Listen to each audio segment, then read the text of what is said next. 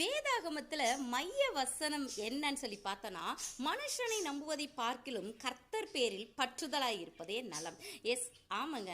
நாமும் கூட மனிதர்களை நம்ம நம்புறோம். பல வேளைகளில் இவங்க எனக்கு ஆறுதலாக இருப்பாங்க, இவங்க கிட்ட சொன்னால் என் பாரம் குறையுன்னு சொல்லிட்டு பல வேளைகளில் நம்ம சொல்கிறோம்.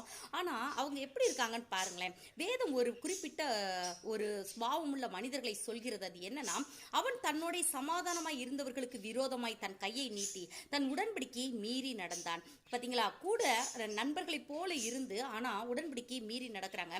அவன் வாயின் சொற்கள் வெண்ணெயை போல் மெதுவானவைகள்.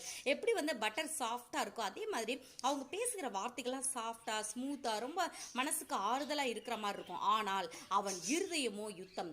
இருதயத்துக்குள்ள ஒரு பொல்லாங்கை, ஒரு கோபத்தை, ஒரு வன்முறையை வச்சுக்கிட்டு உதடுகள் அப்படி பேசுவாங்க.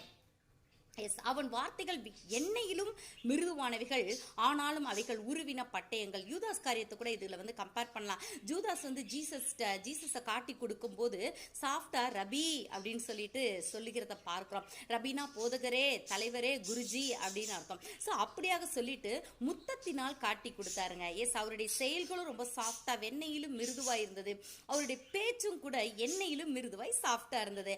ஆனா எல்லாமே உள்ளத்துல யுத்தம். உள்ளத்துல இவரை காட்டி கொடுத்துட்டா எனக்கு காசு கிடைக்குன்ற அந்த ஆதாயத்தை நினைத்துதான் யூதாஸ் கிரியை செய்தான். அது போல பல மனிதர்கள் நம்மை சுற்றி இருக்கலாம்.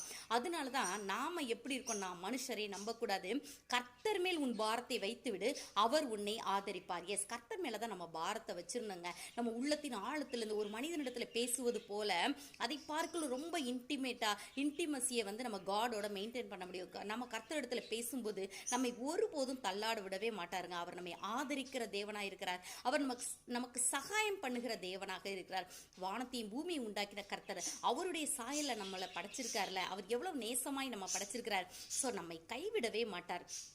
நீதிமானை ஒருபோதும் தள்ளாட ஓட்டார் வேதம் சொல்லுது. பார்த்தீங்களா? எஸ், நீங்களும் நானும் நீதிமான்க. எப்போ நீதிமான்? நாம ஆக்சுவலாக அநேக பாவங்கள் செய்திருக்கிறோம். ஆனால் எப்போ ஏசப்பா உங்கள் ரத்தத்தால் என்னுடைய பாவங்களை கழுவுங்க, என்னை சுத்தப்படுத்துங்கன்னு சொல்லி முழு மனதோடு கேட்குறோமா, அந்த செகண்டே நாம நீதிமான் ஆகிறோம். Yes, if we accept the blood of Christ to sanctify us, அப்போ நம்ம ரைச்சியஸ் பர்சனாக மாறுறோம். So accept Christ as a leader, mentor and waymaker and guruji, and he is our father too. Yes, உண்மையான பிதா அவர் தாங்க.